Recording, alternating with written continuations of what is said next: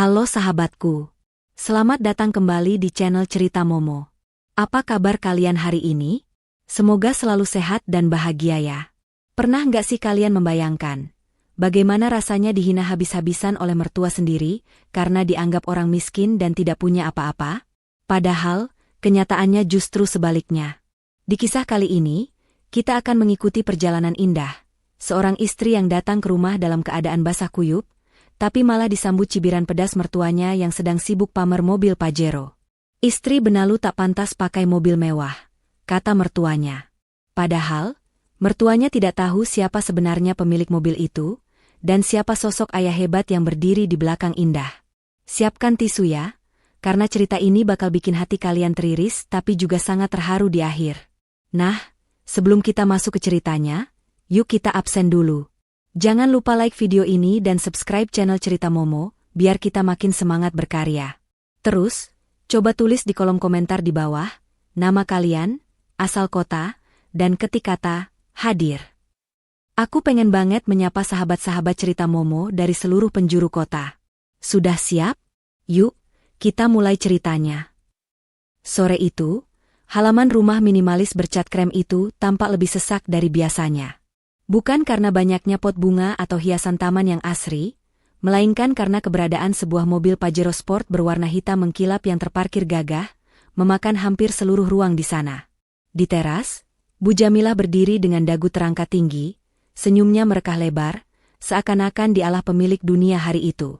Di hadapannya, 3 orang tetangga menatap mobil itu dengan pandangan kagum bercampur iri, tatapan yang justru menjadi bahan bakar bagi kesombongan Bu Jamilah. Ya begitulah, Bu. Suara Bu Jamilah terdengar lantang, sengaja dikeraskan agar tetangga sebelah yang tidak ikut berkumpul pun bisa lamat-lamat mendengar. Tangan Bu Jamilah menepuk-nepuk kap mesin mobil itu dengan bangga, seolah sedang menepuk pundak pahlawan perang. Si Adit itu memang pekerja keras.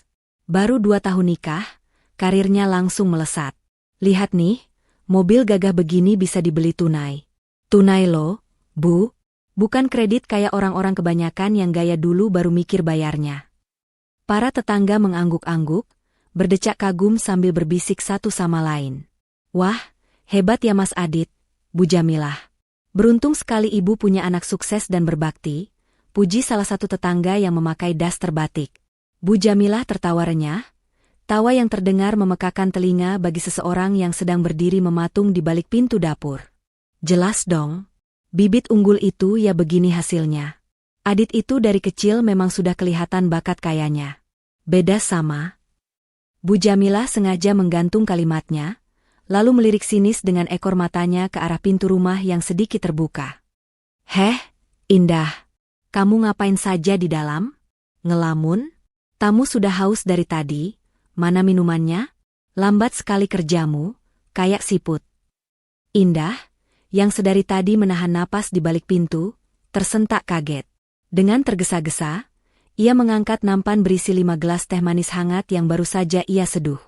Tangannya sedikit gemetar, bukan karena nampan itu berat, melainkan karena beban perasaan yang menghimpit dadanya setiap kali mendengar nada bicara mertuanya.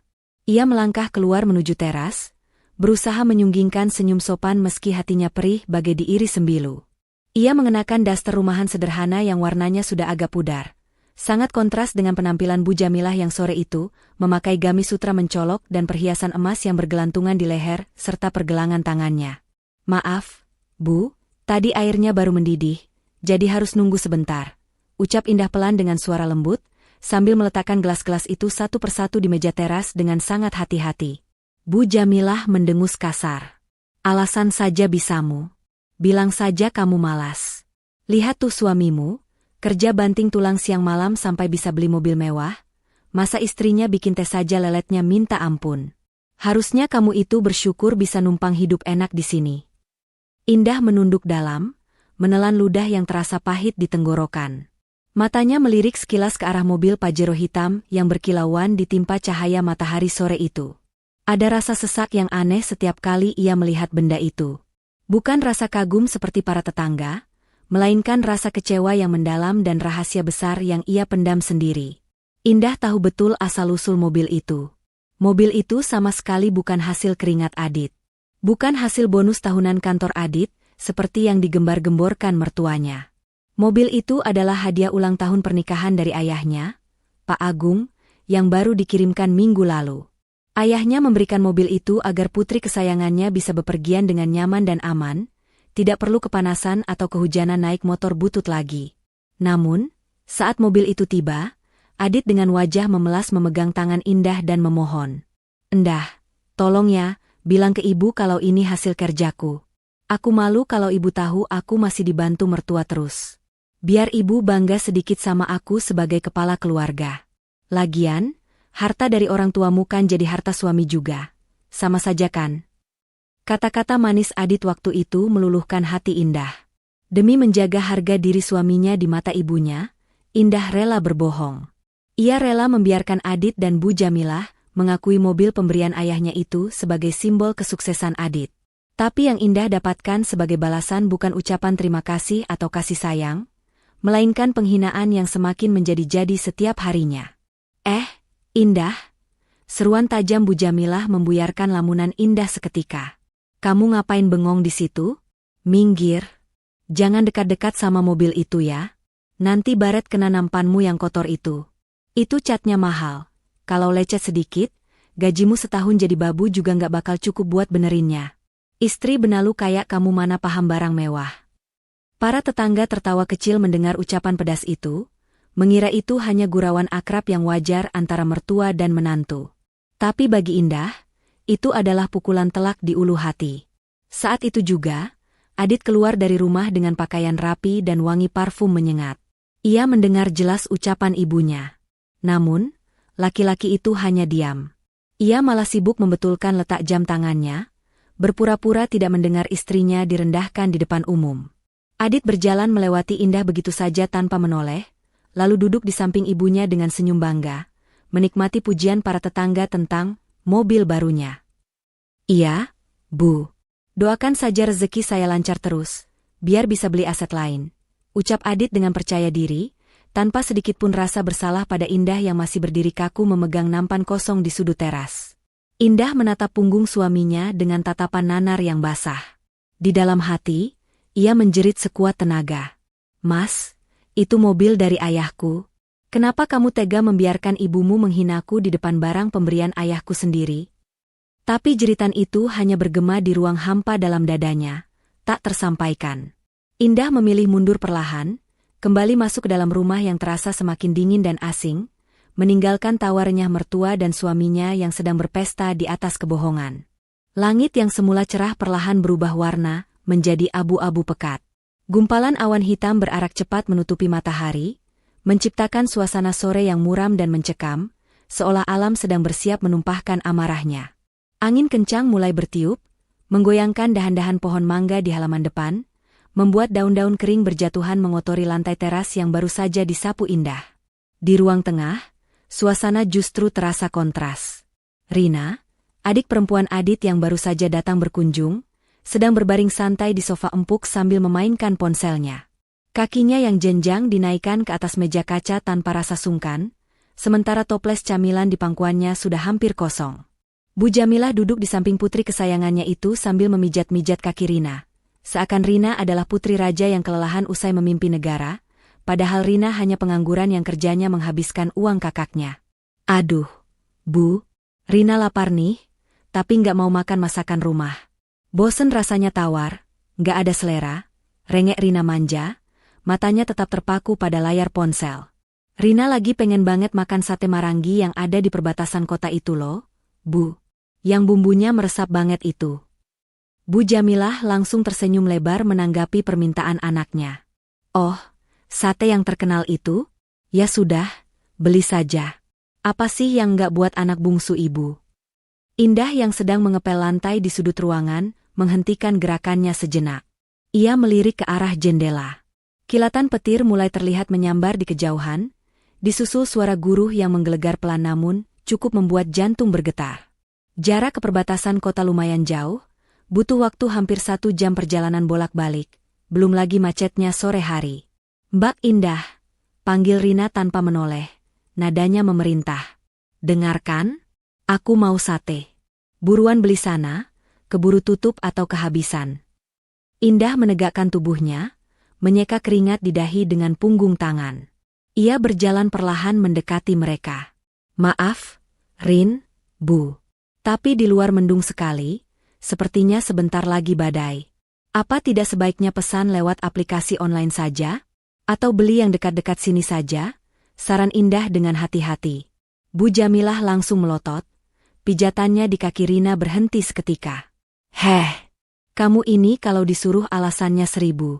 Kalau Rina maunya sate yang di sana, ya di sana. Lewat aplikasi itu mahal ongkos kirimnya. Sayang uangnya cuma buat bayar kurir. Kamu kan ada, nganggur, buat apa bayar orang lain? Tapi, Bu. Indah mencoba membela diri, matanya beralih menatap Adit yang baru saja keluar dari kamar mandi. Adit tampak segar, sedang mengeringkan rambut dengan handuk. Indah menatap suaminya dengan penuh harap. Mas Adit, langit gelap sekali. Kalau memang Rina mau sate itu, boleh tidak kita pakai mobil saja? Atau Mas Adit yang antar aku? Indah berharap Adit akan iba. Pajero hitam itu terparkir manis di depan. Dengan mobil itu, hujan badai pun tidak akan jadi masalah. Apalagi mobil itu sebenarnya milik ayahnya yang diberikan untuk kenyamanan mereka berdua. Namun, harapan Indah hancur berkeping-keping saat mendengar tawa sinis Bu Jamilah meledak. Pakai mobil? Hah? Bu Jamilah berdiri, berkacak pinggang menatap Indah dari ujung kepala sampai ujung kaki dengan tatapan merendahkan. Kamu sadar diri dong, Indah? Itu mobil baru. Masih kinclong. Masa mau dipakai buat beli sate doang? Nanti kalau bau sate nempel di jok kulitnya gimana? Atau kalau kamu nyetir terus nyerempet pagar gimana? Kamu mau ganti rugi pakai apa? Ginjalmu? Adit, yang menjadi tumpuan harapan Indah, hanya menghela napas panjang seolah Indah adalah beban baginya. Ia melempar handuk basahnya ke sandaran kursi, lalu duduk di samping Rina. Sudahlah, Endah, jangan manja. Ibu benar, sayang mobilnya kalau cuma buat beli makanan berminyak begitu. Lagian baru mendung, belum tentu hujan deras. Kamu pakai motor yang di gudang saja. Cepat berangkat, kasihan Rina sudah lapar. Hati Indah mencelos. Rasanya sakit sekali. Motor di gudang itu adalah motor bebek tua peninggalan almarhum ayah mertuanya yang sudah sering mogok, remnya kurang pakem, dan lampunya redup. Tapi Mas, motor itu bannya sudah gundul, bahaya kalau jalanan licin. Suara Indah terdengar parau, menahan tangis. Alah, banyak omong, potong Rina ketus. Kalau nggak mau ya bilang saja. Giliran numpang makan di sini kamu lahap. Giliran dimintai tolong sedikit saja susahnya minta ampun. Dasar ipar nggak tahu diri. Bu Jamilah berjalan mendekat, telunjuknya menuding wajah Indah. Dengar ya, Indah. Tugasmu di rumah ini adalah melayani suami dan keluarganya. Kalau kamu nggak becus, buat apa Adit pertahankan kamu? Cepat sana berangkat. Jangan pulang sebelum bawa sate pesanan Rina. Dan ingat, jangan coba-coba sentuh kunci Pajero itu. Tangan kasarmu itu tidak pantas pegang setir mobil mewah anakku. Guru kembali menggelegar, kali ini lebih keras, seolah ikut marah mendengar ucapan wanita parubaya itu. Indah menatap wajah suaminya sekali lagi, mencari sisa-sisa hati nurani di sana. Tapi Adit justru memalingkan wajah, sibuk mengambil toples kerupuk dan mengobrol dengan Rina, pura-pura tidak melihat istrinya yang sedang dihakimi. Dengan langkah berat, Indah berbalik menuju dapur untuk mengambil kunci motor tua yang tergantung di paku karatan. Ia mengambil jaket tipisnya yang sudah lusuh. Dadanya sesak bukan main. Mobil Pajero pemberian ayahnya berdiri gagah di depan rumah, siap melindungi siapa saja di dalamnya dari panas dan hujan. Tapi ironisnya, ia, pemilik sejati mobil itu, justru diusir keluar menembus bahaya dengan motor rongsokan. Indah menyalakan mesin motor tua itu. Suaranya menderu kasar, batuk-batuk, mengepulkan asap putih tipis. Saat ia melajukan motor keluar gerbang, tetes air hujan pertama mulai jatuh membasahi pipinya, menyatu dengan air mata yang tak sanggup lagi ia bendung. Ia pergi bukan karena takut pada mertuanya, tapi karena ia masih memegang teguh janjinya sebagai istri untuk berbakti, meski baktinya itu dibalas dengan tuba. Di belakangnya, pintu rumah tertutup rapat, menyisakan tawa riang keluarga suaminya yang hangat dan nyaman, tanpa sedikit pun mempedulikan nasib Indah di luar sana. Hujan yang ditakutkan akhirnya turun juga, bukan sekadar gerimis pengantar tidur, melainkan tumpahan air bah dari langit yang seolah ingin menenggelamkan bumi. Angin kencang menderu-deru, menyapu jalanan aspal yang licin. Di tengah badai itu, Indah berjuang sekuat tenaga mengendalikan setang motor tua yang bergetar hebat. Jaket tipis yang dikenakannya sudah tembus air dalam hitungan detik, menempel dingin di kulitnya, membuat giginya beradu menahan beku. Helm yang kaca depannya sudah buram dan longgar itu nyaris tidak membantunya melihat jalan. Setiap kali ada mobil berpapasan, sorot lampunya memecah di kaca helm yang penuh baret, membuat pandangan Indah silau dan kabur. Jalan menuju perbatasan kota terasa begitu panjang dan menyiksa. Genangan air mulai meninggi di beberapa titik. Tiba-tiba, mesin motor tua itu tersedak. Suaranya batuk-batuk kasar, lalu mati total tepat saat Indah berada di ruas jalan yang sepi dan minim penerangan. "Ya Allah, jangan mogok sekarang. Tolong." Bisik Indah parau, suaranya kalah oleh deru hujan. Kakinya yang gemetar mencoba mengengkol pedal starter berkali-kali. Sekali, 2 kali, 10 kali. Nihil. Mesin itu diam membisu, menyerah pada usia dan dinginnya air hujan. Indah turun dari motor, mendorong besi tua yang terasa 2 kali lebih berat itu menuju emperan sebuah toko bangunan yang sudah tutup. Ia bersandar di tiang beton yang dingin, tubuhnya basah kuyup dari ujung rambut hingga ujung kaki. Air hujan menetes deras dari ujung jilbab dan bajunya, membentuk genangan kecil di sekitar kakinya yang hanya beralaskan sandal jepit tipis. Dengan tangan yang keriput karena kedinginan dan susah digerakkan, Indah merogoh saku jaketnya, mengambil ponsel yang untungnya ia bungkus plastik kresek. Harapan satu-satunya adalah Adit. Ia menekan nomor suaminya dengan jari gemetar. Panggilan tersambung. Terdengar nada sambung yang panjang, membuat hati Indah semakin cemas. Akhirnya, telepon diangkat. "Halo? Apa lagi sih, Endah?" Suara Adit terdengar ketus. Di latar belakang terdengar suara tawarnya Rina dan Bu Jamilah yang sedang menonton televisi, kontras sekali dengan desau angin dan hujan yang mengepung Indah. "Mas, tolong aku." Suara Indah bergetar hebat, menahan tangis dan dingin. "Motornya mogok, Mas. Mesinnya mati kena banjir. Aku terjebak di jalan sepi dekat gudang tua, belum sampai ke tempat sate. Hujannya deras sekali, aku takut sendirian di sini gelap." Hening sejenak di ujung telepon. Indah berharap mendengar suara kekhawatiran, berharap Adit akan bilang, "Tunggu di situ, Mas jemput sekarang."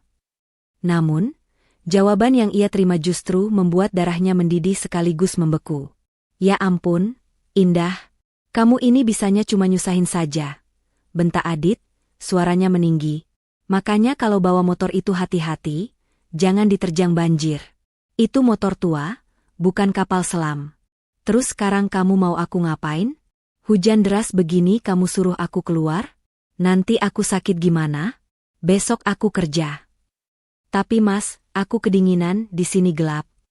Indah terisak pelan, pertahanannya runtuh. "Tolong jemput aku pakai mobil, sebentar saja." "Nggak bisa," potong Adit cepat. "Ibu baru saja bilang mobilnya habis dipoles tadi pagi. Sayang kalau kena hujan lumpur cuma buat jemput kamu sama motor rongsokan itu. Kamu cari bengkel kek, atau dorong sampai nemu tempat berteduh yang benar. Pokoknya jangan pulang kalau nggak bawa sate pesanan Rina. Kasihan adikku sudah nungguin dari tadi. Kamu tuh jadi istri manja banget sih." Klik. Sambungan telepon diputus sepihak. Indah menatap layar ponselnya yang meredup dengan tatapan kosong. Air matanya luruh, menyatu dengan air hujan di wajahnya. Rasa dingin yang menusuk tulang kini tak sebanding dengan rasa nyeri di dadanya. Di saat ia butuh perlindungan, suaminya lebih memilih menjaga kiloket mobil daripada nyawa istrinya sendiri. Sementara itu, beberapa kilometer dari tempat Indah berteduh, sebuah sedan hitam mewah melaju membelah hujan dengan kecepatan sedang namun stabil. Di kursi belakang yang nyaman dan hangat, Pak Agung duduk diam menatap jendela yang berembun. Pria parubaya itu biasanya tenang, namun malam ini gelisah menguasai hatinya. Tangannya berkali-kali menyentuh dada kirinya yang berdebar tak beraturan. "Pak Haryo," panggil Pak Agung pelan kepada asisten setianya yang duduk di kursi depan samping sopir. "Ya, Pak Agung," sahut Pak Haryo sigap, memutar sedikit tubuhnya ke belakang. Masih jauh rumah anakku? Tanya Pak Agung, matanya menyipit menembus kegelapan malam di luar. Perasaanku tidak enak sejak tadi sore. Rasanya ingin cepat-cepat sampai dan memastikan Indah baik-baik saja. Tadi saya telepon dia tidak diangkat. Mungkin sedang sibuk melayani suaminya. Sekitar 20 menit lagi, Pak. Cuaca memang sangat buruk malam ini, jadi Pak supir tidak berani terlalu ngebut. Jawab Pak Haryo sopan. Tenang saja, Pak. Non Indah pasti aman di rumah suaminya. Kan ada mobil Pajero yang Bapak kirimkan itu? Pasti mereka sangat menjaga Non Indah dengan fasilitas itu. Pak Agung tersenyum tipis. Senyum seorang ayah yang tulus. Saya harap begitu. Saya sengaja kirim mobil itu supaya Indah tidak perlu kepanasan atau kehujanan lagi. Saya tidak mau putri saya menderita. Kamu tahu sendiri, Haryo, Indah itu tidak pernah minta apa-apa ke saya. Dia menikah dengan Adit pun hanya modal cinta, tidak melihat materi. Saya cuma ingin bantu sedikit tanpa menyinggung harga diri suaminya. Pak Agung kembali menatap keluar jendela, melihat kilatan petir menyambar langit. Ia tidak tahu bahwa di saat yang sama, putri yang sangat ia banggakan dan ia lindungi mati-matian dari jauh, sedang meringkuk kedinginan di emperan toko, menangis sendirian didorong rasa kecewa yang amat dalam, sementara mobil pemberiannya sedang dielus-elus oleh orang lain di garasi yang kering. Firasat seorang ayah memang tidak pernah salah. Hanya saja kenyataannya jauh lebih pahit dari yang bisa Pak Agung bayangkan. Mobil sedan itu terus melaju, membawa sang pelindung semakin dekat ke titik ledak emosi yang akan mengubah segalanya. Hujan masih turun dengan derasnya, seolah langit sedang menumpahkan seluruh persediaan airnya ke bumi. Di teras rumah Adit yang luas dan berkeramik marmer licin, suasana justru terasa hangat dan meriah. Beberapa ibu-ibu tetangga, teman satu geng arisan Bu Jamilah, sedang tertawa renyah sambil menikmati hidangan kue-kue basah yang tersaji di atas meja bundar. Mereka sengaja berkumpul di sana, berlindung dari hujan sembari memandangi mobil Pajero hitam yang terparkir gagah tepat di depan mata. Seolah mobil itu adalah monumen kebanggaan yang wajib disembah. Bu Jamilah duduk dengan kaki disilangkan, memegang cangkir teh dengan gaya yang dibuat-buat anggun. Ya begitulah Jeng. Namanya juga anak berbakti. Adit itu nggak tega lihat ibunya naik taksi online kalau mau pengajian. Makanya dia beli mobil ini, katanya biar saya nyaman. Padahal saya sudah bilang, nggak usah repot-repot, tapi dia maksa. Bual Bu Jamilah, wajahnya berseri-seri penuh kepuasan. Duh, beruntung banget ya Bu Jamilah. Sudah punya anak sukses, ganteng, sayang orang tua lagi. Nggak kayak menantu saya, boro-boro belikan mobil, belikan daster saja hitung-hitungan, sahut salah satu ibu dengan nada iri yang tak ditutup-tutupi. Di tengah gelak tawa yang membumbung itu, sebuah mobil sedan hitam berhenti perlahan di depan pagar rumah yang sedikit terbuka. Mobil itu tampak mewah, namun karena hujan deras dan kaca mobil yang gelap, tidak ada yang terlalu memperhatikan siapa yang ada di dalamnya. Pintu penumpang terbuka, dan keluarlah sosok laki-laki paruh baya. Ia mengenakan kemeja putih polos yang sedikit kusut di bagian lengan, celana bahan hitam biasa, dan memegang payung hitam standar. Tanpa pengawalan mencolok, sosok itu melangkah masuk ke halaman. Itu adalah Pak Agung. Ia sengaja meminta sopir dan Pak Haryo menunggu di mobil, agar tidak menarik perhatian. Hatinya yang gelisah menuntunnya untuk melihat langsung kondisi putrinya, tanpa embel-embel kemewahan yang biasa melekat padanya. Langkah Pak Agung terhenti sejenak saat matanya menatap mobil Pajero Sport yang terparkir di sana. Ia mengenali pelat nomornya. Itu mobil yang ia beli tunai atas nama Indah. Senyum tipis sempat terbit di bibirnya, mengira mobil itu dirawat dengan baik oleh menantunya. Namun, senyum itu perlahan pudar saat ia melihat ke arah teras. Ia melihat keramaian, melihat tawa, tapi tidak melihat wajah putrinya di sana. Pak Agung melangkah mendekat ke arah teras. Cipratan air hujan membasahi ujung celananya. Saat kakinya hendak menapak ke lantai keramik teras yang bersih, suara melengking Bu Jamilah menghentikannya seketika. Eits! Stop! Stop di situ, Pak. Bu Jamilah berdiri dari kursinya, melambaikan tangan dengan gaya mengusir seperti menghalau kucing liar. Jangan naik. Lantai baru dipel, nanti kotor kena sepatu Bapak yang penuh lumpur itu. Pak Agung tertegun. Ia menurunkan payungnya sedikit, menatap wanita yang ia tahu sebagai besannya itu. Rupanya Bu Jamilah tidak mengenali Pak Agung. Wajar saja, Saat pernikahan Indah dan Adit dulu, Pak Agung hadir sangat singkat karena urusan bisnis mendesak di luar negeri, dan penampilannya saat itu jauh berbeda dengan setelan jas formal lengkap. Kini, dengan pakaian sederhana dan wajah lelah, di mata Bu Jamilah, Pak Agung hanyalah pria tua biasa tak berpunya. "Maaf, Bu. Pak Agung mencoba bicara dengan nada sopan, suaranya tenang namun berwibawa. "Mau minta sumbangannya?" Potong Bu Jamilah cepat, matanya memindai penampilan Pak Agung dari atas ke bawah dengan tatapan merendahkan. "Aduh, Pak. Hujan-hujan begini kok ya sempat-sempatnya keliling minta uang. Maaf ya, saya lagi ada tamu, lagi nggak ada uang receh. Lagian ketua RT sudah bilang, jangan biasakan kasih uang ke pengemis yang masuk kompleks sembarangan." Wajah Pak Agung menegang, namun ia masih menahan emosinya. "Saya bukan pengemis, Bu. Saya datang mau bertemu Indah." Mendengar nama Indah disebut, Bu Jamilah mendengus kasar, lalu tertawa mengejek ke arah teman-temannya. "Oh alah, cari si Indah? Wah, bapak ini siapanya? Penagih kredit panci? Atau keluarganya dari kampung yang mau pinjam duit?" Teman-teman arisan Bu Jamilah ikut terkikik geli. Bu Jamilah kembali menatap Pak Agung dengan wajah angkuh. "Dengar ya, Pak. Si Indah itu nggak ada di rumah. Dia lagi saya suruh keluar beli sate. Nasib punya menantu yang nggak modal ya begitu, bisanya cuma disuruh-suruh. Kalau Bapak mau nunggu, ya tunggu saja di luar pagar sana, atau di pos satpam depan. Jangan di sini. Bikin sumpek pemandangan, apalagi di sebelah mobil mahal anak saya. Nanti Bapak nyenggol, lecet, nggak sanggup ganti." Darah Pak Agung berdesir panas mendengar ucapan itu. Kalimat, menantu nggak modal, dan disuruh-suruh, menghantam telinganya dengan keras.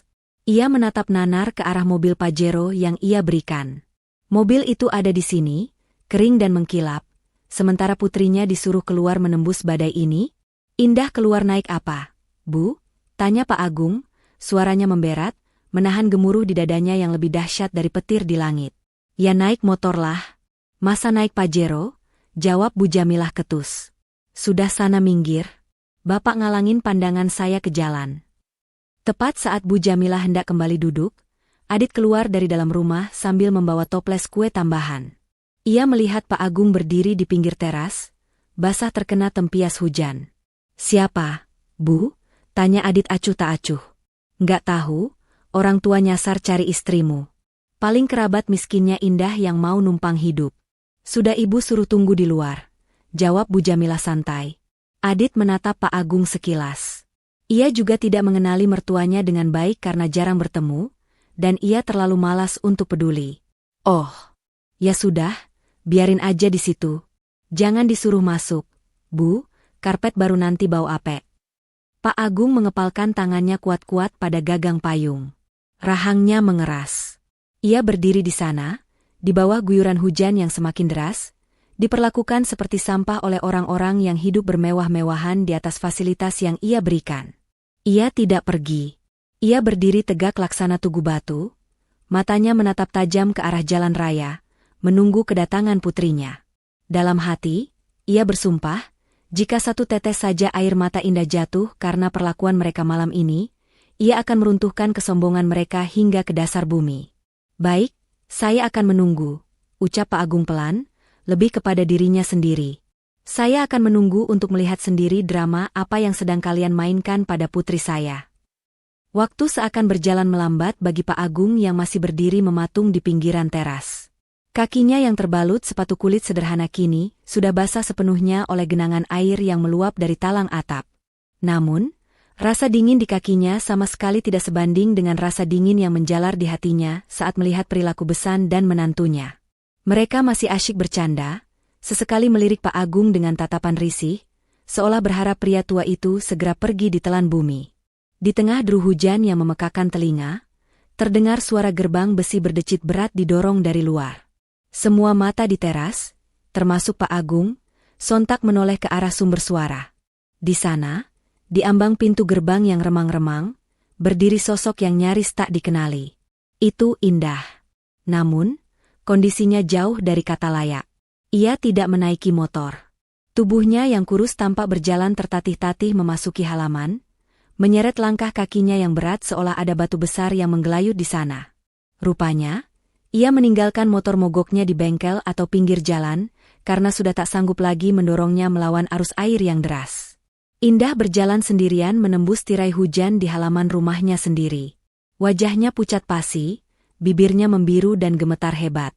Jilbabnya lepek menempel di kulit, meneteskan air keruh bercampur lumpur. Bajunya yang basah kuyup mencetak tubuhnya yang menggigil kedinginan. Di tangannya, ia masih menggenggam erat bungkusan plastik hitam berisi sate pesanan Rina. Mendekapnya di dada seolah itu adalah benda paling berharga yang harus ia lindungi, bahkan melebihi nyawanya sendiri. Pak Agung merasakan dadanya sesak bukan main. Tangannya mengepal begitu erat hingga buku-bukunya memutih. Ingin rasanya ia berlari memayungi putrinya, namun ia menahan diri sekuat tenaga. Ia harus melihat sampai di mana batas kekejaman orang-orang ini terhadap permata hatinya. Indah terus melangkah gontai menuju teras. Pandangannya kabur, kepalanya pening luar biasa karena kehujanan dan belum makan seharian. Saat ia sampai tepat di samping mobil Pajero hitam yang terparkir menghalangi jalan masuk ke teras, kakinya terpeleset di atas lantai carport yang licin. Ah! Desis Indah lemah saat keseimbangannya goyah. Secara refleks, tangan Indah terayun mencari pegangan agar tidak jatuh tersungkur ke lantai keras. Telapak tangannya yang basah dan sedikit berlumpur mendarat di kap mesin mobil Pajero yang mengkilap itu, lalu beralih mencengkeram spion kiri untuk menahan bobot tubuhnya yang limbung. Napasnya tersengal-sengal, mencoba mengumpulkan tenaga untuk berdiri tegak kembali. Namun, belum sempat Indah menarik napas lega karena tidak jadi jatuh, sebuah teriakan melengking memecah suara hujan, lebih nyaring dari petir manapun. "Heh! Apa-apaan kamu?" Bu Jamilah melompat dari kursinya bagaikan disengat lebah. Matanya melotot nyaris keluar. Ia berlari kecil menerobos tempias hujan di teras, bukan untuk menolong menantunya yang hampir pingsan, melainkan untuk menyelamatkan benda mati yang ia puja. "Lepaskan! Lepaskan tangan kotor kamu itu!" bentak Bu Jamilah histeris. Ia menepis tangan Indah yang masih berpegangan pada spion mobil dengan kasar, membuat tubuh Indah yang lemah terhuyung ke belakang dan nyaris jatuh lagi. "Ibu!" Lirih Indah dengan suara parau yang nyaris hilang. "Maaf, Bu, aku pusing mau jatuh." "Alasan?" semprot Bu Jamilah tanpa belas kasihan. Ia segera mengambil ujung daster mahalnya, lalu dengan panik mengelap bekas telapak tangan Indah di kap mobil dan spion. "Lihat nih, lihat. Jadi kotor kan? Ada bekas lumpurnya. Kamu tahu nggak sih ini mobil mahal?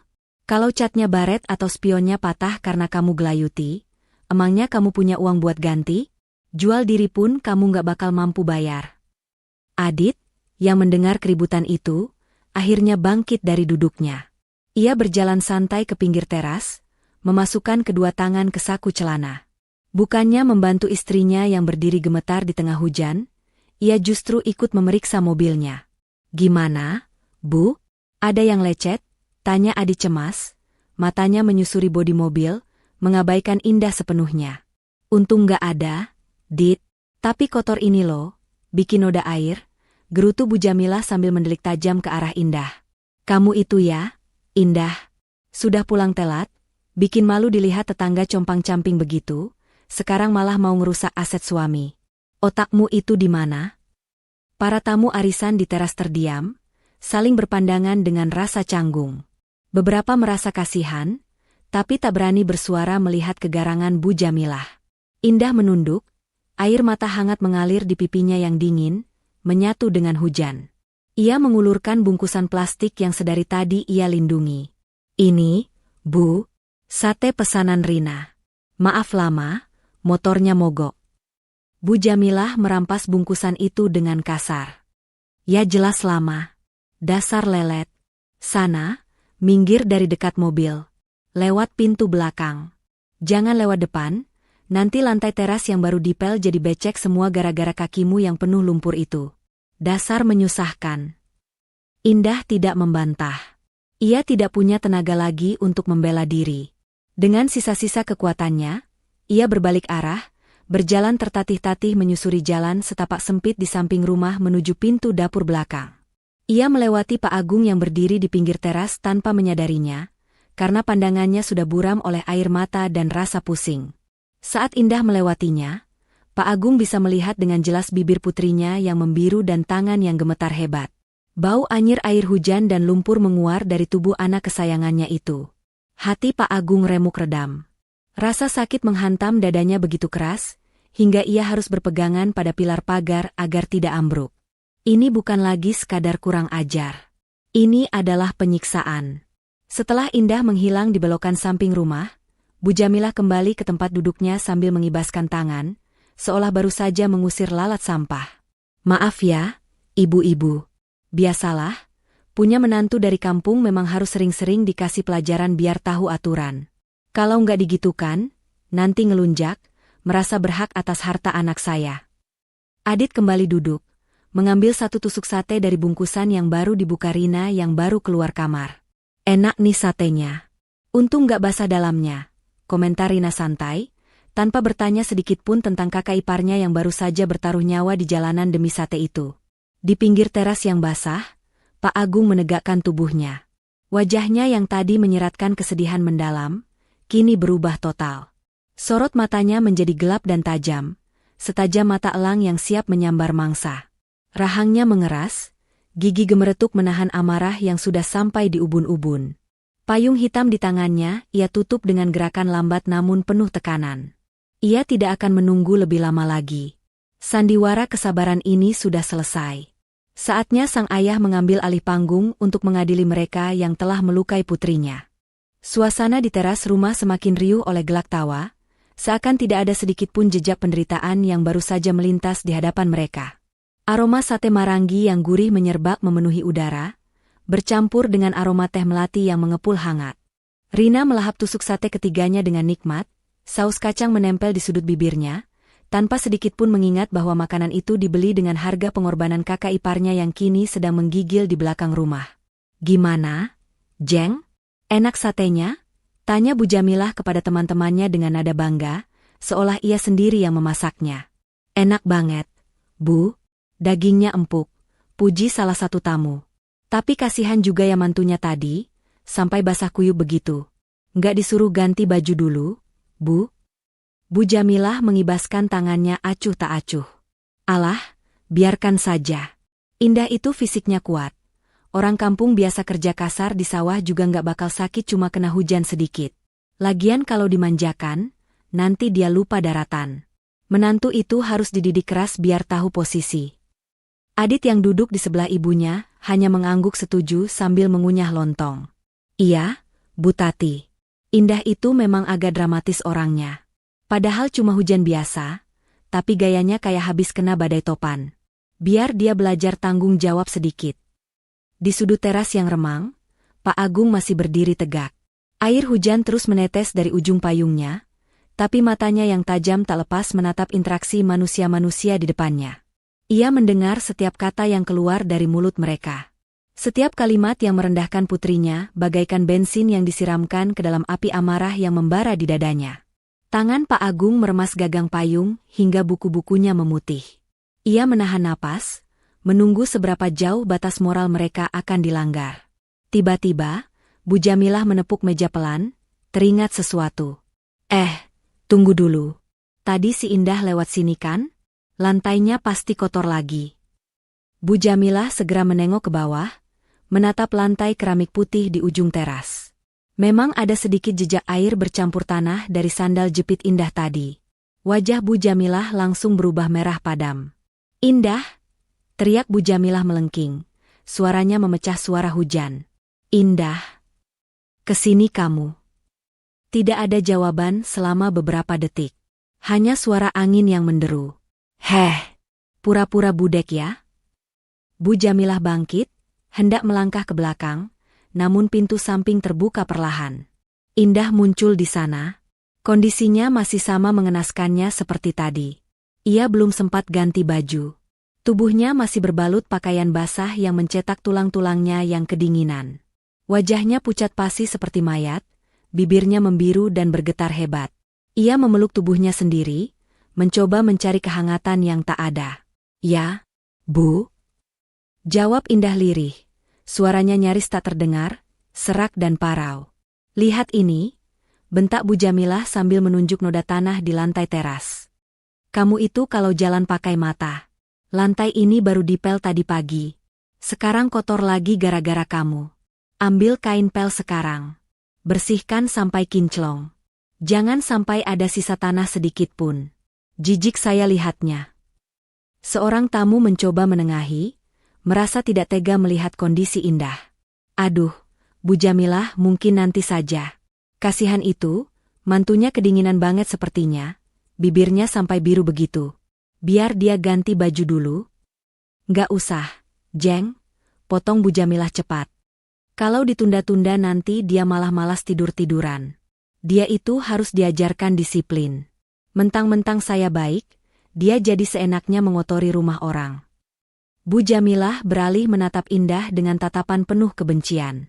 Tunggu apa lagi? Cepat. Atau mau saya laporin ke Adit biar uang belanjamu dipotong bulan depan? Indah menatap suaminya dengan tatapan memohon. Tubuhnya sudah sangat lemas. Kepalanya berputar pening. Ia butuh handuk, butuh air hangat, bukan kain pel.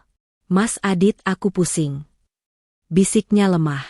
Adit meletakkan piring satenya dengan kasar, merasa terganggu. Ia menatap istrinya bukan dengan rasa iba, tapi dengan rasa malu. Ia malu punya istri yang tampil kumal dan menyedihkan di depan tamu-tamunya yang perlente. Ya ampun, Endah. Ibu kan cuma minta tolong dipel sebentar. Kerjakan sajalah. Jangan manja. Malu-maluin aku saja di depan tamu, ucap Adit dingin, tanpa beranjak dari kursinya. Lagian kamu juga ceroboh. Masuk rumah orang kok bawa lumpur. Cepat bersihkan, habis itu baru boleh masuk kamar. Hati Indah hancur berkeping-keping. Di depan mata kepala sendiri, suaminya lebih memilih menjaga gengsi di depan tamu daripada kesehatan istrinya. Dengan sisa tenaga terakhir, Indah mengangguk pelan. Ia berjalan gontai mengambil kain lap yang tergeletak di pojok teras, lalu berjongkok. Tangan Indah yang gemetar hebat mulai mengusap lantai keramik yang dingin itu. Setiap gerakan terasa menyiksa. Air matanya menetes jatuh ke lantai, bercampur dengan air hujan yang sedang ia bersihkan. Melihat Indah berjongkok seperti pembantu di hadapan mereka, Bu Jamilah tersenyum puas. Ia kembali duduk dan berbicara keras kepada teman-temannya, sengaja agar Indah mendengar. Lihat kan, Jeng? Memang beginilah kelasnya. Istri benalu yang datang tanpa bawa harta apa-apa, ya pantasnya memang begini. Diurusin, dikasih makan, dikasih tempat tinggal, tapi balas budi saja susah. Dia pikir karena sudah nikah sama Adit, derajatnya jadi naik? Mimpi. Darah kampung ya tetap kampung. Bu Jamilah menunjuk mobil Pajero hitam yang berdiri gagah di belakang Indah. Dia itu nggak pantas bersanding sama anak saya, apalagi naik mobil mewah itu. Mobil itu terlalu berkelas buat disentuh tangan kasar kayak dia. Harusnya dia bersyukur saya masih izinkan dia napas di rumah ini. Rina tertawa kecil sambil memainkan ponselnya. Betul, Bu. Kak Adit itu terlalu baik sih. Coba kalau Rina jadi kakak, sudah Rina pulangkan dia ke bapaknya yang nggak jelas itu. Di bawah guyuran hujan yang tak kunjung reda, Indah terus menggosok lantai sambil menangis dalam diam. Harga dirinya diinjak-injak hingga rata dengan tanah. Ia merasa tak lebih berharga dari kotoran yang sedang ia bersihkan. Namun, tidak ada yang menyadari, di pinggir teras yang gelap, sosok Pak Agung sudah tidak lagi memegang payungnya dengan benar. Payung itu jatuh terlepas dari tangannya, menggelinding di lantai basah. Pria parubaya itu tidak lagi peduli pada hujan yang membasahi tubuhnya. Matanya merah menyala menahan tangis dan amarah. Pemandangan putrinya yang dipaksa berjongkok membersihkan lantai dalam keadaan menggigil, sementara suami dan mertuanya makan dengan lahap sambil menghina, adalah pemandangan paling menyakitkan yang pernah ia saksikan seumur hidupnya. Cukup. Batas kesabaran itu sudah hancur lebur. Tidak ada lagi toleransi. Tidak ada lagi sandiwara menyamar. Pak Agung melangkah maju. Langkahnya berat dan penuh tekanan, menimbulkan bunyi cipratan air yang keras. Aura di sekitarnya berubah mencekam, seolah badai yang sesungguhnya baru saja akan dimulai dari dalam dirinya. Bunyi langkah sepatu basah yang menghentak keras di atas lantai keramik, memecah keriuhan di teras itu. Sosok Pak Agung berjalan menembus batas tempias hujan, masuk ke area teras yang terang benderang. Air menetes deras dari rambutnya yang memutih, membasahi bahu kemejanya yang kini lepek menempel di kulit. Wajahnya yang biasanya teduh kini mengeras laksana batu karang, dengan sorot mata yang memancarkan kilatan amarah yang jauh lebih menakutkan daripada badai di luar sana. Bu Jamilah yang sedang asyik mengunyah sate sontak terlonjak kaget. Sate di tangannya nyaris terlepas.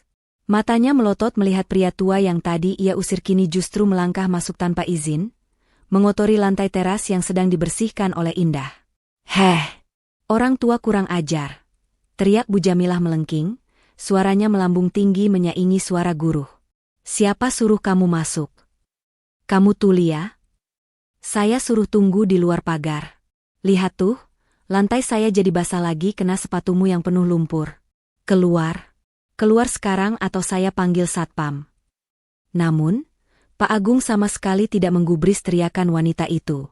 Telinganya seolah tertutup rapat bagi suara-suara sumbang yang tidak bermakna. Langkah kakinya teguh dan terarah lurus ke satu titik. Putrinya. Pak Agung berhenti tepat di depan Indah yang masih berjongkok memegang kain pel kotor. Indah, yang kesadarannya mulai timbul tenggelam karena kedinginan, mendongak perlahan. Matanya yang sayu melebar saat mengenali sosok yang berdiri menjulang di hadapannya. "Ayah?" bisik Indah parau, suaranya bergetar hebat antara percaya dan tidak. Air matanya kembali tumpah. Kali ini bukan karena sedih, tapi karena rasa rindu dan lega yang membuncah. Pak Agung tidak menjawab dengan kata-kata. Ia membungkuk, mengabaikan sakit di pinggang tuanya, lalu dengan lembut memegang kedua bahu putrinya. Ia menarik tubuh Indah yang menggigil itu untuk berdiri. Tangan Pak Agung yang hangat bersentuhan dengan kulit Indah yang sedingin es. Hati ayah mana yang tidak hancur merasakan betapa beku tubuh anak kandungnya sendiri? "Berdiri, nak," ucap Pak Agung pelan, namun nadanya mengandung perintah yang tak terbantahkan. Anak ayah tidak pantas berlutut di kaki orang-orang yang tidak punya hati. Melihat adegan itu, Bu Jamilah semakin murka. Ia bangkit dari kursinya, wajahnya merah padam. Apa-apaan ini? Siapa kamu berani-beraninya nyuruh dia berhenti kerja? Dia itu menantu saya. Dia harus bersihkan kotoran yang dia buat. Jangan ikut campur urusan rumah tangga orang." Adit, yang sedari tadi diam, akhirnya meletakkan piringnya dengan kasar. Ia mengenali wajah Pak Agung samar-samar dari foto pernikahan yang jarang ia lihat. Ia mendengus meremehkan, melihat penampilan mertuanya yang basah kuyup dan tampak menyedihkan. "Oh, ternyata bapak mertua," ucap Adit dengan nada sinis, tanpa beranjak dari duduknya untuk menyalami. Ia justru menyandarkan punggungnya santai di kursi, menatap Pak Agung dari atas ke bawah. Pantas Indah kampungan, ternyata bapaknya datang-datang juga nggak tahu sopan santun. Masuk rumah orang nyelonong, basah-basahan lagi. Mau pinjam uang. "Pak, Indah saja baru bikin masalah, sekarang bapaknya datang mau nambah beban." Pak Agung melepaskan rangkulannya pada Indah sejenak, membiarkan putrinya bersandar di pilar agar tidak jatuh. Ia memutar tubuhnya perlahan menghadap Adit dan Bu Jamilah. Tatapan matanya begitu tajam dan menusuk, membuat teman-teman arisan Bu Jamilah yang tadinya ingin ikut mencibir, mendadak terdiam 1000 bahasa. Aura yang dipancarkan Pak Agung bukanlah aura pengemis seperti yang mereka duga, melainkan aura seorang penguasa yang sedang murka. "Adit," panggil Pak Agung. Suaranya rendah, dingin, dan berat, menggetarkan udara di sekitarnya. 2 tahun lalu, saya menyerahkan permata hati saya satu-satunya kepadamu. Saya titipkan dia bukan untuk kamu jadikan pembantu. Saya serahkan dia bukan untuk kamu biarkan kehujanan dan kelaparan, sementara kamu duduk nyaman kekenyangan di sini."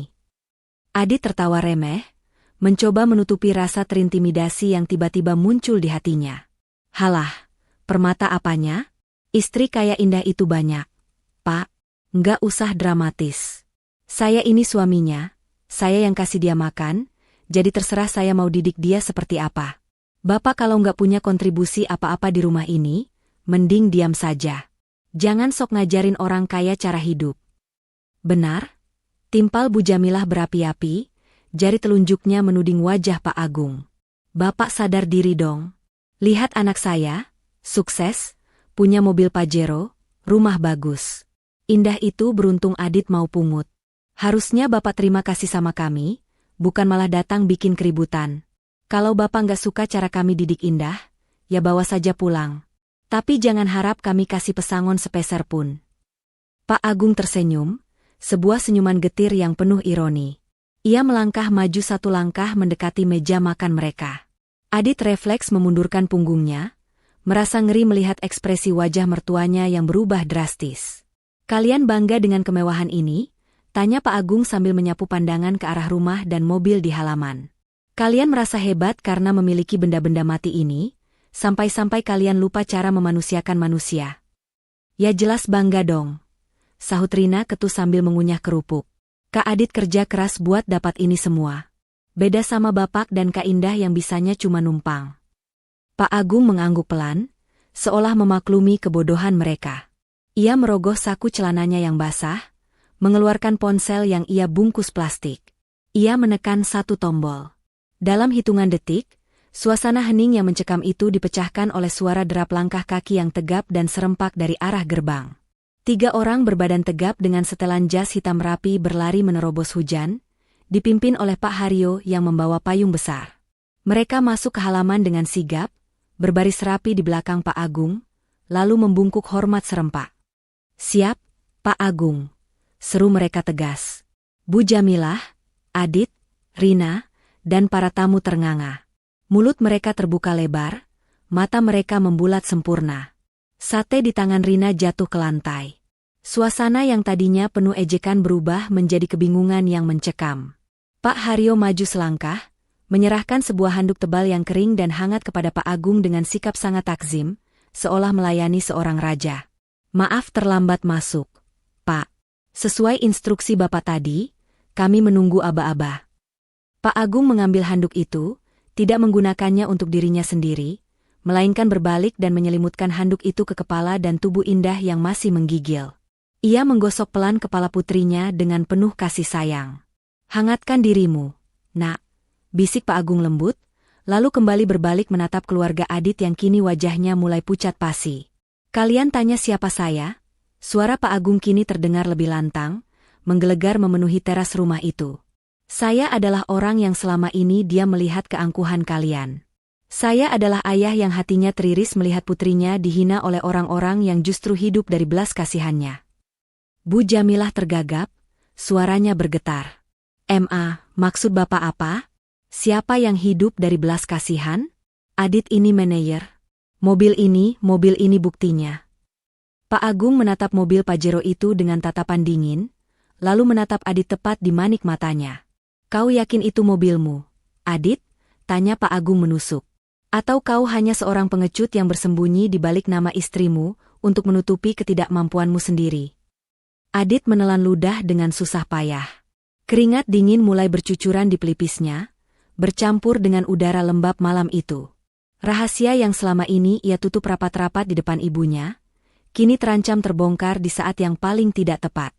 Pak Agung tidak lagi terlihat seperti mertua miskin dari kampung. Di balik pakaian basahnya, kini terpancar aura kekuasaan yang membuat nyali Adit menciut sekecil debu. Situasi telah berbalik, dan badai yang sesungguhnya baru saja menghantam fondasi kesombongan keluarga itu. Ketegangan di teras rumah itu kian memuncak, seolah udara di sekitarnya memadat dan mencekik leher siapapun yang bernapas di sana. Hujan masih turun dengan deras, namun suara gemuruh alam itu kini kalah oleh keheningan yang mencekam di antara manusia-manusia yang saling berhadapan. Bu Jamilah, yang tak terima harga diri anaknya diinjak-injak di depan teman-teman arisannya, kembali berkacak pinggang. Wajahnya merah pada menahan amarah, tak peduli pada 3 pengawal berbadan tegap yang berdiri di belakang Pak Agung. Baginya, ini hanyalah gertakan sambal. Jangan sembarangan bicara ya, hardik Bu Jamilah. Suaranya melengking tinggi. Berani-beraninya kamu merendahkan anak saya. Adit itu manajer. Dia punya gaji besar. Mobil ini dia beli pakai keringatnya sendiri. Jangan mentang-mentang kamu bawa preman sewaan, terus kamu bisa ngaku-ngaku. Bu Jamilah menoleh ke arah Adit, mencari dukungan. Dit, bilang sama orang tua gila ini. Tunjukkan BPKB-nya kalau perlu. Biar dia malu. Biar dia tahu kalau dia salah cari lawan. Namun, Adit tidak bergerak. Wajahnya yang tadi sombong kini pucat pasi, seputih kertas. Bibirnya terkunci rapat, matanya bergerak gelisah menghindari tatapan ibunya maupun tatapan tajam Pak Agung. Lututnya terasa lemas, seolah tulang-tulangnya melolosan. "Dit, kok diam saja? Jawab," desak Bu Jamilah mulai panik melihat reaksi anaknya. Pak Agung tertawa kecil, tawa yang kering dan hampa tanpa rasa humor. Ia mengangkat tangannya sedikit, memberi isyarat pada Pak Haryo. "Haryo, tolong cerahkan ingatan mereka." Sepertinya keluarga ini menderita amnesia akut karena terlalu lama hidup dalam hayalan. Perintah Pak Agung datar. "Siap, Pak," jawab Pak Haryo tegas. Dengan gerakan tenang namun penuh wibawa, Pak Haryo mengeluarkan sebuah map kulit berwarna coklat dari balik jasnya.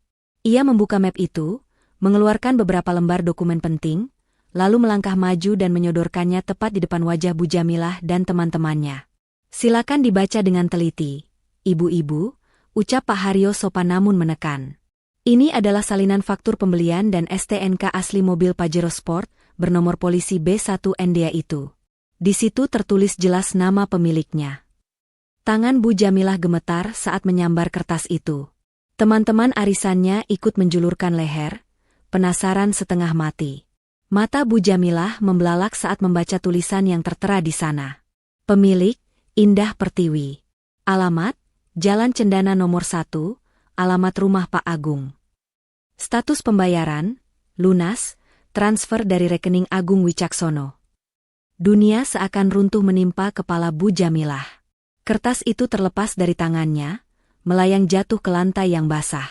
Gak mungkin." Gumam Bu Jamilah terbata-bata. Ia menatap Adit dengan tatapan horor. "Dit, ini bohong kan? Ini palsu kan? Kamu bilang mobil ini bonus dari kantormu? Kamu bilang?" Adit menunduk dalam-dalam, tak berani menatap wajah ibunya yang hancur. "Maaf, Bu." Cicitnya pelan, suaranya nyaris hilang ditelan suara hujan. Itu memang hadiah dari ayahnya Indah. Aku cuma minta Indah mengaku itu punyaku supaya ibu senang." "Apa?" Jeritan Bu Jamilah dan Rina terdengar bersamaan. Rina bahkan sampai tersedak kerupuk yang sedang dikunyahnya. Teman-teman arisan Bu Jamilah langsung kasak-kusuk, berbisik-bisik sambil menatap keluarga itu dengan pandangan jijik dan mencemooh. "Ya ampun, Jeng kirain beneran kaya, ternyata halu," bisik salah satu tetangga cukup keras. "Iya, kasihan ya. Mobil punya mantu diaku-aku, mantunya malah dijadikan babu. Kualat itu namanya." Wajah Bu Jamilah yang tadi merah karena marah, kini berubah menjadi ungu karena malu yang amat sangat. Rasa malunya terasa lebih menyakitkan daripada tamparan fisik. Ia yang selama ini selalu pamer, selalu merendahkan orang lain, kini telanjang bulat aibnya di depan umum. Pak Agung tidak memberi mereka waktu untuk bernapas. Ia melangkah maju mendekati Adit, tatapannya dingin membekukan. "Kau dengar itu, Adit?" Suara Pak Agung rendah namun mengintimidasi. "Ibumu malu bukan karena kau miskin. Ibumu malu karena kau pembohong. Dan kau." Pak Agung menunjuk dada Adit dengan telunjuknya. "Kau menggunakan harta saya untuk menindas putri saya. Kau biarkan Indah kehujanan, sementara kau pamerkan mobil ini seolah kau rajanya." Adit gemetar hebat. Pak, saya bisa jelaskan?" "Tidak perlu penjelasan," potong Pak Agung keras. "Mana kuncinya?" Adit terdiam, tangannya secara refleks memegang saku celananya dengan erat. Ia tidak mau melepaskan kunci itu. Mobil itu adalah satu-satunya simbol statusnya di kompleks ini. Tanpa mobil itu, ia bukan siapa-siapa. "Saya bilang, mana kuncinya?" bentak Pak Agung. Suaranya menggelegar membuat Rina menjerit ketakutan dan bersembunyi di balik punggung ibunya. Adit menggeleng pelan, matanya berkaca-kaca ketakutan. "Jangan, Pak, tolong, nanti saya ke kantor naik apa? Ibu mau pengajian naik apa?" Pak Agung menatap Adit dengan rasa jijik yang tak terlukiskan. "Kau masih memikirkan gengsimu di saat istrimu hampir mati kedinginan? Haryo, ambil."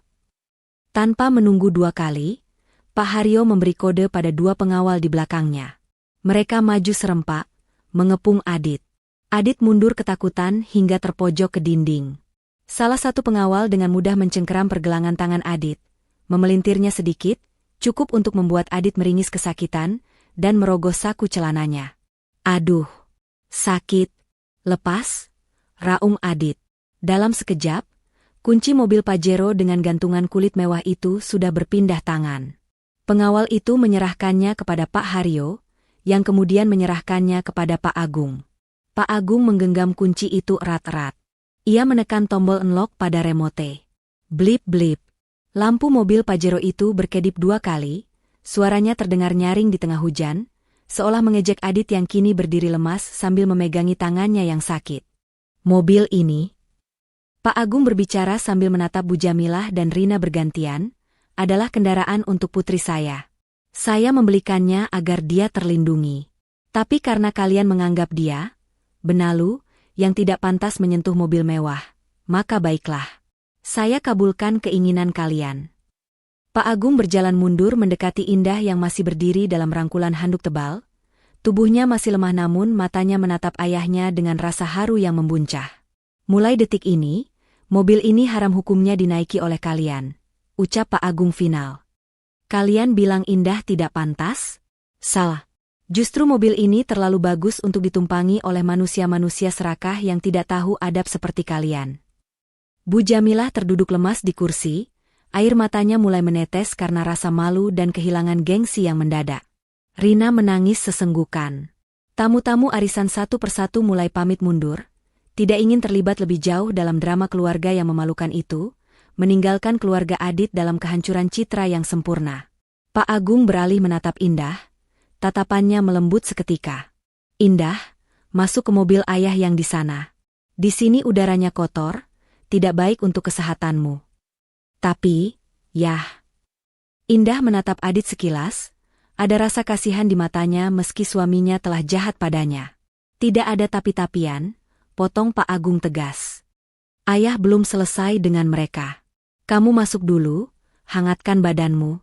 Biar ayah yang bersihkan sisa-sisa sampah di sini. Indah menurut. Dibantu oleh Pak Haryo yang memayunginya dengan hormat, Indah berjalan perlahan meninggalkan teras itu, melewati mobil Pajero yang kini terasa asing bagi Adit, menuju mobil sedan mewah Pak Agung yang menunggu di depan gerbang. Sepeninggal Indah, Pak Agung kembali menatap Adit dan Bu Jamilah.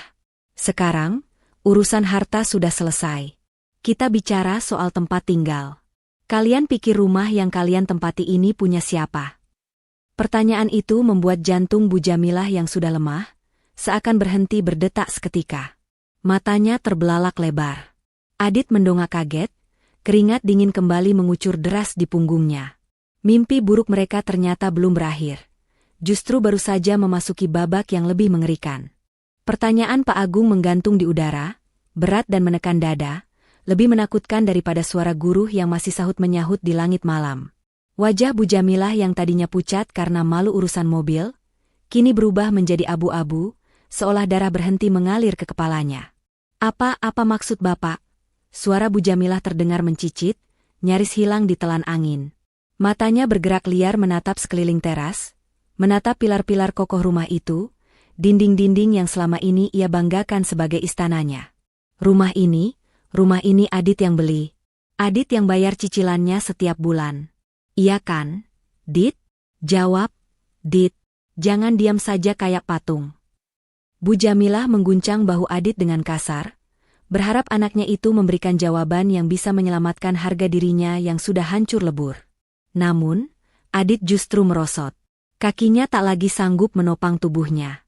Ia jatuh terduduk di lantai teras yang dingin, kepalanya tertunduk dalam di antara kedua lututnya. Dit? Panggil Bu Jamilah dengan suara bergetar, firasat buruk mulai merayapi tengkuknya. Pak Agung menatap pemandangan menyedihkan itu dengan sorot mata yang tak terbaca. Tidak ada kepuasan di wajahnya, hanya ada rasa lelah dan kekecewaan yang mendalam. Kau lihat anakmu, Bu Jamilah? Tanya Pak Agung pelan. Dia tidak menjawab karena dia tahu kebenarannya. Dia tahu bahwa uang 5 juta rupiah yang dia transfer setiap bulan itu bukanlah uang cicilan rumah. Itu hanya uang perawatan lingkungan dan listrik. Harga rumah ini? Pak Agung menunjuk lantai yang dipijaknya, 2 miliar rupiah. Sudah saya lunasi tunai sehari sebelum ijab kabul pernikahan mereka. Dengkul Bu Jamilah terasa copot. Ia terhuyung ke belakang dan menabrak dinding. Rina menutup mulutnya yang ternganga, matanya membelalak tak percaya. Jadi, selama ini, Bu Jamilah tergagap, napasnya memburu. Selama ini kami menumpang di rumah indah? Mesi, benalu, itu. Benar, jawab Pak Agung tegas. Sertifikat hak milik rumah ini atas nama Indah Pertiwi. Saya memberikannya sebagai tempat berteduh, agar putri saya bisa membangun keluarga kecil yang bahagia. Saya pikir, dengan meringankan beban Adit dari kewajiban membeli rumah, dia bisa fokus membahagiakan Indah. Tapi ternyata saya salah besar. Fasilitas yang saya berikan justru membuat kalian menjadi parasit yang sombong. Kalian tinggal di rumah Indah, tidur di kamar yang dibeli Indah, tapi kalian perlakukan pemilik rumahnya seperti budak di istananya sendiri. Pak Haryo kembali maju, membuka lembaran lain dari map coklat yang dibawanya. Ia memperlihatkan salinan sertifikat rumah berwarna hijau dengan lambang Garuda emas. Nama Indah Pertiwi tercetak tebal di sana. Bukti yang tak terbantahkan. Kenyataan itu menghantam Bu Jamilah lebih keras daripada tamparan fisik manapun. Selama 2 tahun ini, ia selalu membanggakan diri sebagai nyonya rumah. Ia selalu mengatur Indah, menyuruhnya tidur di kamar belakang yang sempit, melarang Indah duduk di sofa tamu yang mahal, bahkan membatasi Indah memakai dapur. Padahal, setiap inci tanah yang ia injak, setiap atap yang melindunginya dari hujan, adalah milik menantu yang ia hina setiap hari. Rasa malu itu kini bercampur dengan rasa takut yang luar biasa. Takut kehilangan kenyamanan, takut terlempar ke jalanan. "Pa." Adit akhirnya bersuara. Ia mengangkat wajahnya yang basah oleh keringat dingin dan air mata. Ia merangkak perlahan mendekati kaki Pak Agung. Harga dirinya sebagai laki-laki sudah musnah tak bersisa. "Pak Agung, tolong, Pak. Ampuni saya. Saya hilaf. Saya janji akan berubah. Saya akan perlakukan Indah seperti ratu mulai sekarang. Jangan ambil rumah ini, Pak. Tolong." Melihat anaknya bersimpuh mengiba seperti pengemis, pertahanan Bu Jamilah runtuh. Ia ikut menjatuhkan dirinya ke lantai, bersujud di samping Adit. Tangisnya pecah, meraung-raung memilukan di tengah malam buta. "Pak Agung, maafkan saya, Pak. Saya orang tua bodoh. Saya nggak tahu kalau Bapak orang hebat. Saya pikir Indah cuma orang kampung biasa." Ratap Bu Jamilah sambil mencoba meraih ujung celana Pak Agung. "Tolong jangan usir kami, Pak. Kami mau tinggal di mana kalau diusir malam-malam begini? Di luar hujan badai, Pak. Kasihanilah kami." Rina yang ketakutan ikut menangis histeris di pojok teras, tak berani mendekat tapi juga tak ingin ditinggal. "Maafkan Rina juga, Om. Rina cuma ikut-ikutan Ibu." Pemandangan itu sungguh ironis. Beberapa menit yang lalu, mereka berdiri di atas angin, tertawa di atas penderitaan Indah. Sekarang, mereka bersujud mencium debu di kaki ayah Indah, memohon belas kasihan demi atap yang bukan milik mereka. Pak Agung mundur selangkah, menghindari sentuhan tangan Bu Jamilah dan Adit. Ia tidak menendang mereka, ia terlalu beradab untuk itu. Namun, tatapan matanya menyiratkan penolakan yang tegas. "Kalian minta dikasihani karena di luar sedang badai?" tanya Pak Agung lirih, suaranya bergetar menahan emosi. "Lalu, di mana rasa kasihan kalian saat Indah kehujanan tadi? Di mana hati nurani kalian saat menyuruh putri saya, pemilik rumah ini, untuk mendorong motor mogok sendirian sementara kalian berpesta sate di sini? Di mana?" Teriakan terakhir Pak Agung menggelegar, membuat Bu Jamilah dan Adit tersentak kaget dan berhenti menangis sejenak. "Kalian tidak takut pada Tuhan, tapi kalian takut jatuh miskin," lanjut Pak Agung dingin. "Maaf, kalian tidak tulus. Kalian bersujud bukan karena menyesal telah menyakiti hati anak saya. Kalian bersujud karena takut kehilangan Pajero dan rumah mewah ini. Kalian menangis bukan karena kehilangan Indah, tapi karena kehilangan fasilitas yang melekat padanya." Adit menggeleng kuat-kuat, air matanya bercucuran. "Enggak, Pak. Demi Allah, saya sayang Indah. Saya cinta istri saya." "Cinta?" Pak Agung tersenyum sinis. "Cinta itu melindungi, Adit. Cinta itu memuliakan. Kalau kau cinta istrimu, kau tidak akan membiarkan ibumu menyebutnya benalu." Kalau kau cinta istrimu, kau akan menjemputnya saat hujan, tak peduli mobilmu kotor atau tidak. Kau gagal, Adit. Kau gagal menjadi suami, dan kau gagal menjadi laki-laki. Pak Agung berbalik badan, membelakangi mereka yang masih bersimpuh. Ia memberi isyarat tangan kepada Pak Haryo. Haryo, pastikan kunci rumah ini diganti besok pagi. Dan mengenai nasib mereka malam ini. Pak Agung menghela napas panjang, menatap kegelapan malam. Meski hatinya sakit, ia bukan manusia kejam seperti mereka. Biarkan mereka tinggal malam ini. Saya tidak akan mengusir orang ke tengah badai seperti binatang. Tapi pastikan, saat matahari terbit besok pagi, rumah ini sudah kosong. Tidak ada lagi jejak mereka di sini. Paham? Siap, laksanakan, Pak, jawab Pak Haryo tegas. Pak, jangan, Pak, beri kami kesempatan kedua. Teriak Bu Jamilah histeris, mencoba bangkit mengejar Pak Agung. Namun dua pengawal berbadan tegap langsung menghadang langkah Bu Jamilah dengan bentengan tangan yang kokoh. Bu Jamilah tertahan, hanya bisa menangis meraung-raung melihat punggung Pak Agung yang semakin menjauh. Indah, Indah, teriak Adit putus asa, memanggil nama istrinya. Maafkan Mas, Endah, Mas salah. Keluar dong, Endah, bilang sama ayahmu jangan begini. Teriakan Adit hanya dijawab oleh suara hujan yang mulai mereda, menyisakan gerimis sepi. Indah tidak keluar. Pintu mobil sedan mewah di depan gerbang itu tertutup rapat. Kaca jendela yang gelap menyembunyikan wajah Indah, memisahkan dunianya dengan dunia Adit untuk selamanya. Pak Agung berjalan tenang menuruni tangga teras, melewati halaman, lalu masuk ke dalam mobil sedan hitamnya. Ia duduk di samping Indah yang sedang bersandar lemah dengan mata sembab. Di dalam keheningan kabin mobil yang nyaman dan hangat itu, Pak Agung menatap putrinya. Ia melihat gurat kesedihan di wajah Indah, tapi juga melihat secercah kelegaan di sana. Beban berat yang selama 2 tahun ini dipikul sendirian, akhirnya terangkat sudah. Sudah selesai, Nak, bisik Pak Agung lembut sambil menggenggam tangan Indah yang masih dingin. Tidak ada lagi yang akan menyakitimu. Tidak ada lagi yang akan menghinamu. Indah menoleh menatap ayahnya, lalu menatap samar-samar ke arah teras rumah melalui kaca jendela yang basah. Ia melihat bayangan suaminya dan mertuanya yang masih bersujud di lantai, terlihat kecil dan menyedihkan. Ada rasa nyeri di sudut hatinya. Bagaimanapun, ia pernah mencintai Adit. Namun, rasa sakit akibat pengkhianatan dan penghinaan itu jauh lebih besar. Hatinya sudah tawar. Terima kasih, Ayah. Ucap Indah pelan, air mata terakhir menetes di pipinya. Ayo kita pulang, Yah. Indah ingin pulang ke rumah kita. Pak Agung mengangguk mantap. Ia mengetuk sekat kaca depan, memberi kode pada sopir. Jalan, Pak. Mesin mobil menderu halus. Sedan hitam mewah itu perlahan bergerak mundur, menjauh dari rumah minimalis yang kini terasa seperti neraka yang ditinggalkan. Ban mobil melindas genangan air, memercikan sisa-sisa kenangan pahit kejalanan.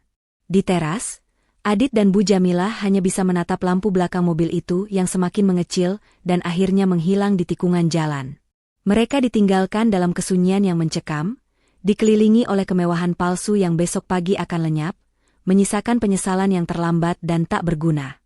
Hujan pun berhenti, seolah alam telah selesai membersihkan kotoran di tempat itu, menyisakan mereka berdua yang harus menghadapi realita pahit akibat kesombongan mereka sendiri. Cahaya matahari pagi menerobos masuk melalui celah-celah jendela kamar yang besar dan mewah, menyapu lembut wajah Indah yang masih terlelap dalam tidur yang tenang. Untuk pertama kalinya dalam 2 tahun terakhir, ia tidur tanpa rasa cemas, tanpa takut dibentak karena bangun kesiangan, dan tanpa mimpi buruk tentang cucian piring yang menumpuk. Di kamar masa kecilnya yang bernuansa pastel hangat itu, Indah perlahan membuka mata, menatap langit-langit kamar yang tinggi berhiaskan lampu gantung kristal yang indah. Ia mengerjap, menyadari bahwa ia tidak lagi berada di kamar sempit nan pengap di rumah Adit, melainkan di istananya sendiri, rumah Pak Agung. Sementara itu, di seberang kota, suasana pagi justru terasa seperti penghakiman akhir zaman bagi penghuni rumah minimalis di Jalan Melati. Tepat pukul 7 pagi, Pak Haryo dan timnya sudah berdiri tegak di depan gerbang. Tidak ada kekerasan, tidak ada teriakan kasar, hanya ketegasan yang mematikan. Waktunya habis, Pak Adit, Bu Jamilah, ucap Pak Haryo datar sambil melihat jam tangannya. Silakan tinggalkan kunci rumah di meja. Truk sewaan untuk barang-barang pribadi kalian sudah menunggu di depan.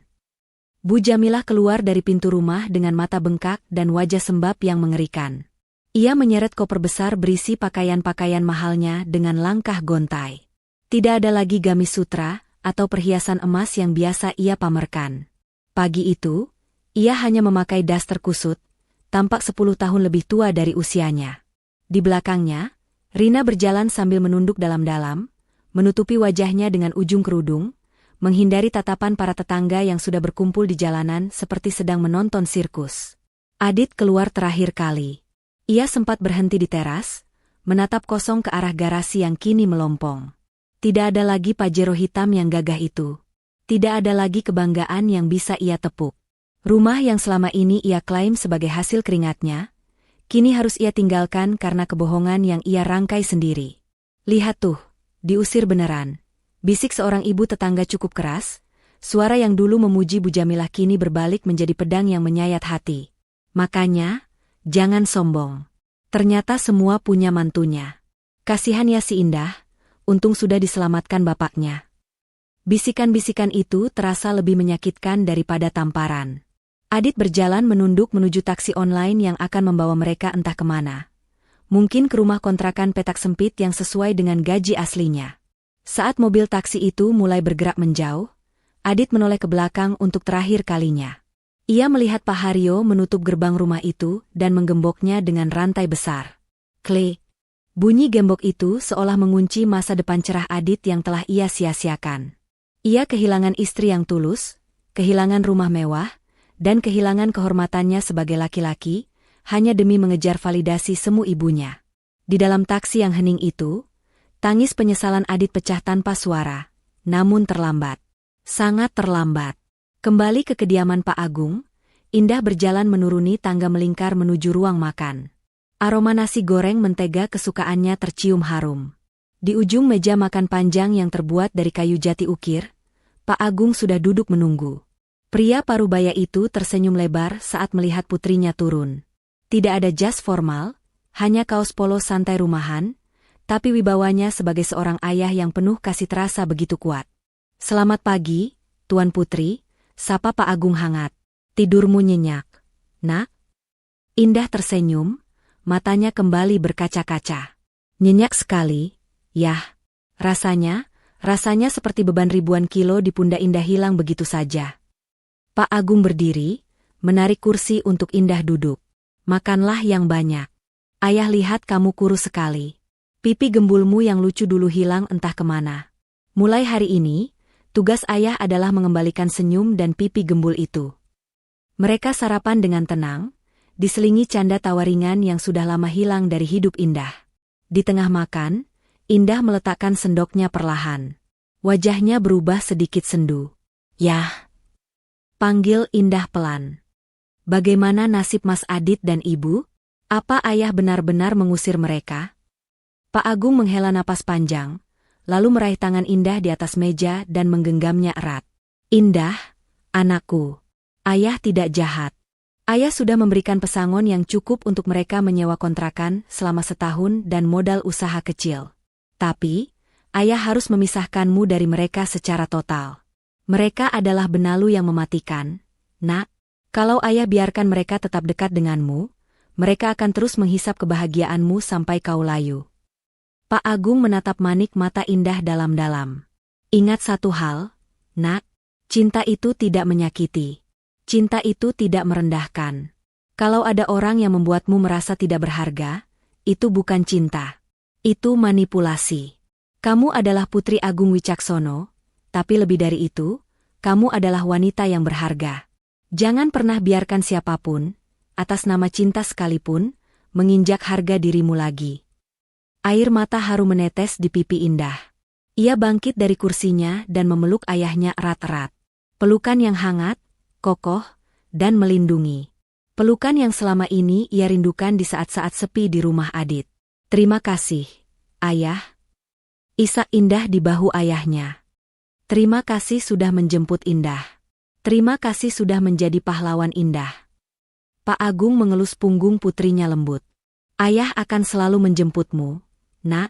Sejauh apapun kamu tersesat, seberat apapun badai yang menimpamu, ayah akan selalu datang. Karena bagi ayah, harta terbesar di dunia ini bukan perusahaan, bukan mobil mewah, bukan rumah besar ini. Harta ayah hanyalah kamu. Di luar, matahari semakin tinggi, menyinari taman bunga yang bermekaran indah. Indah melepaskan pelukannya, menghapus air matanya, dan tersenyum. Senyum yang benar-benar lepas, tanpa beban. Ia tahu, luka di hatinya mungkin butuh waktu untuk sembuh. Tapi ia tidak lagi sendirian. Ia telah pulang ke tempat di mana ia dicintai apa adanya, bukan karena apa yang ia miliki. Dan bagi Indah, itulah definisi kebahagiaan yang sesungguhnya. Pesan moral. Sejauh apapun seorang anak perempuan melangkah pergi mengejar cintanya, sosok ayah akan selalu menjadi tempat pulang paling aman saat dunia melukainya.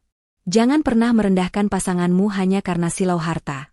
Karena di balik kesederhanaan seseorang, mungkin tersimpan kemuliaan yang jauh lebih besar dari apa yang bisa dibeli dengan uang. Penyesalan selalu datang terlambat, maka hargailah ketulusan sebelum ia pergi dijemput oleh mereka yang lebih tahu cara memuliakannya.